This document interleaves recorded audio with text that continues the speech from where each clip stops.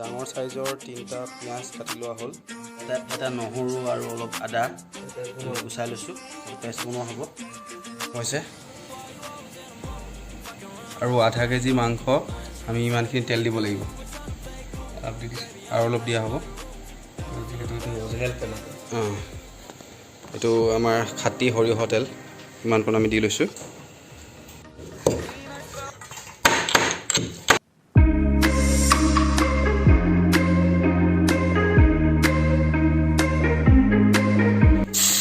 তেলখিনি অকণমান গৰম হোৱাৰ পাছত লং আৰু এলাচিখিনি দি দিব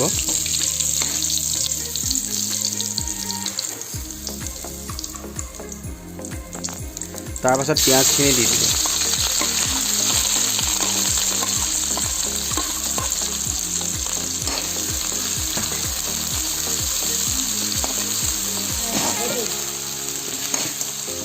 পিঁয়াজখিনি অকণমান সিজালৈকে এনেদৰে ভাজি থাকিব আৰু এইখিনি মাংস ধুই থোৱা আছে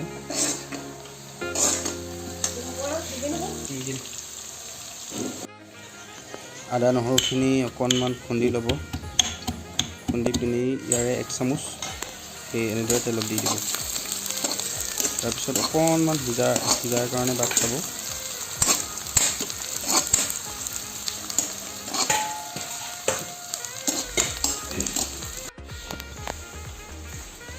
এইখিনি কোমোৰা ধুনীয়াকৈ কাটি থৈছোঁ ফ্ৰেছ কোমোৰা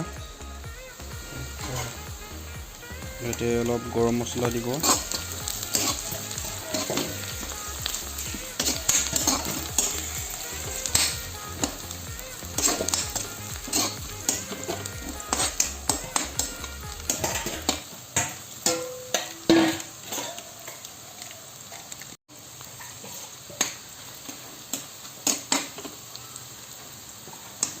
পিঁয়াজখিনি অকণমান ৰঙা হোৱাৰ পাছত মাংসখিনি দি দিব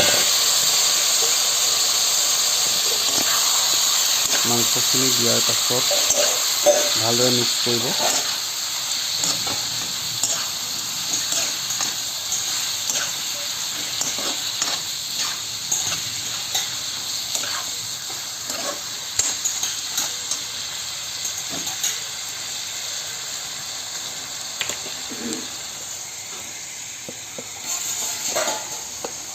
তাৰপিছত জোখৰ অনুসৰি আপুনি হালধি দি দিব ইয়াতে আৰু আকৌ ভালদৰে মিক্স কৰিব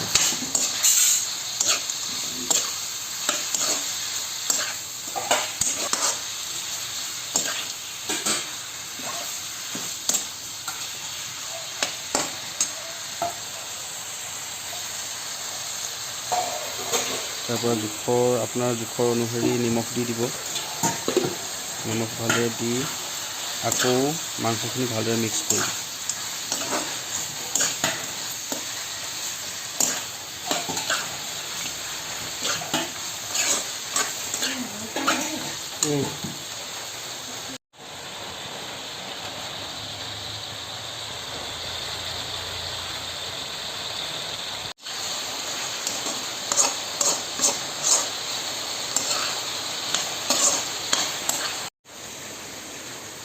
মাংসখিনি অকণমান ভাজি লোৱাৰ পাছত মিট মছলা দিব 1 চামুচ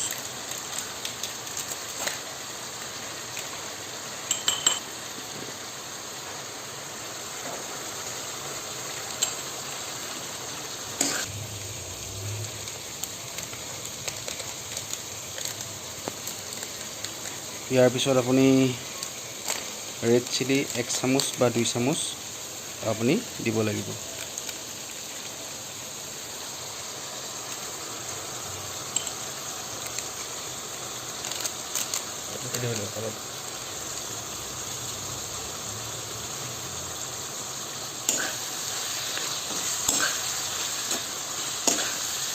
মছলাখিনি দিয়াৰ পাছত আকৌ ভালদৰে আপুনি মিক্স কৰিব ভালদৰে লৰাব তাৰে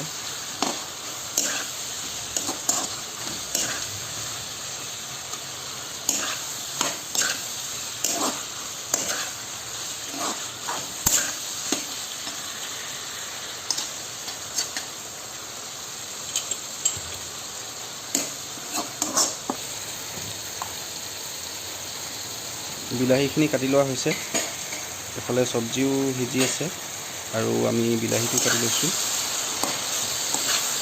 প্ৰায় 8-10 মিনিট আমি মাংসটো ভাজি লোৱাৰ পাছত আমি বিলাহী দি দিম।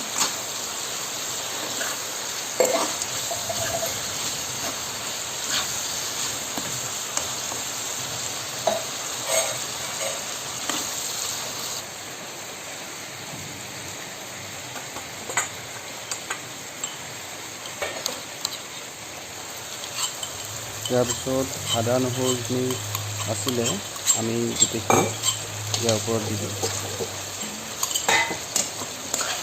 আকৌ ভালকৈ আমি মিক্স কৰিম।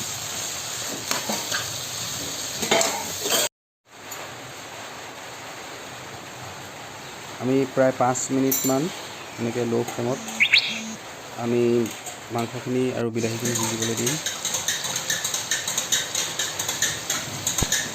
আমি দেখা পাইছোঁ বিলাহীখিনি অকণমান সিজিলে।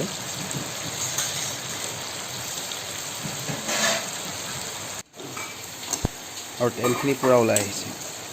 তাৰপিছত আমি কোমোৰাখিনি দি দিম। কোমোৰাখিনি দি দিছোঁ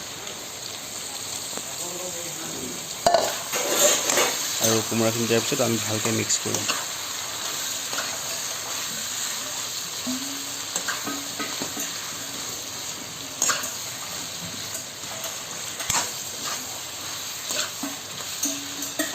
এইদৰে 5 মিনিট সিজোৱাৰ পাছত আমি অলপ পানী দি দিম।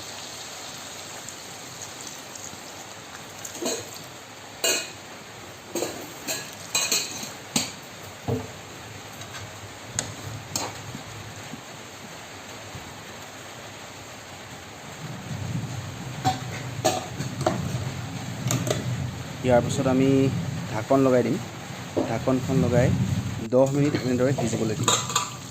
10 মিনিটৰ পাছত আমি চাম কোমোৰাবিলাক অলপ অলপ সিজিছে।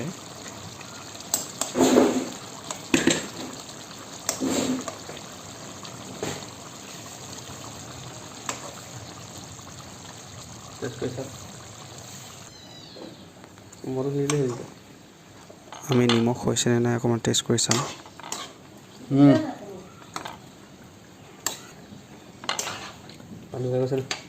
মজা আছে। পানী দিলে নিমখ আৰু অলপ দিব লাগিব।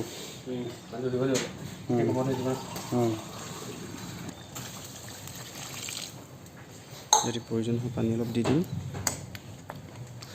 তাৰপিছত আকৌ আমি ঢাকি দিম। ঢাকি পিনি 10 মিনিটৰ বাবে আকৌ সিজিবলৈ দিম। 10 মিনিটৰ পিছত আমি উলিয়াই চাইছোঁ আৰু এয়া মাংস ভালদৰে সিজিছে, কোমোৰা সিজিছে।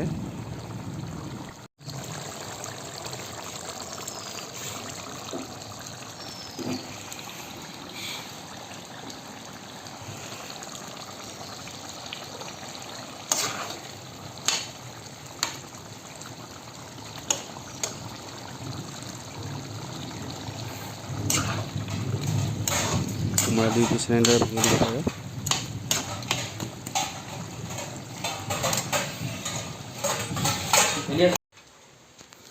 মাংসখিনি এনেকুৱা ধৰণৰ ৰং এটা আহিব।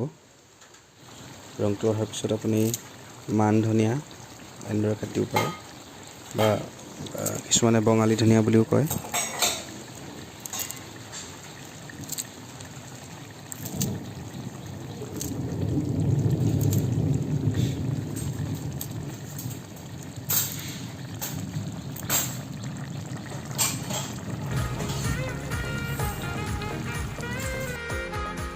ধনিয়াখিনি দিয়াৰ পাছত আপুনি জুই নুমাই দিব আৰু 2 মিনিট সময় ঢাকি থ'ব আৰু তাৰপিছত আপোনাৰ মাংস খাবৰ কাৰণে প্ৰস্তুত হ'ব।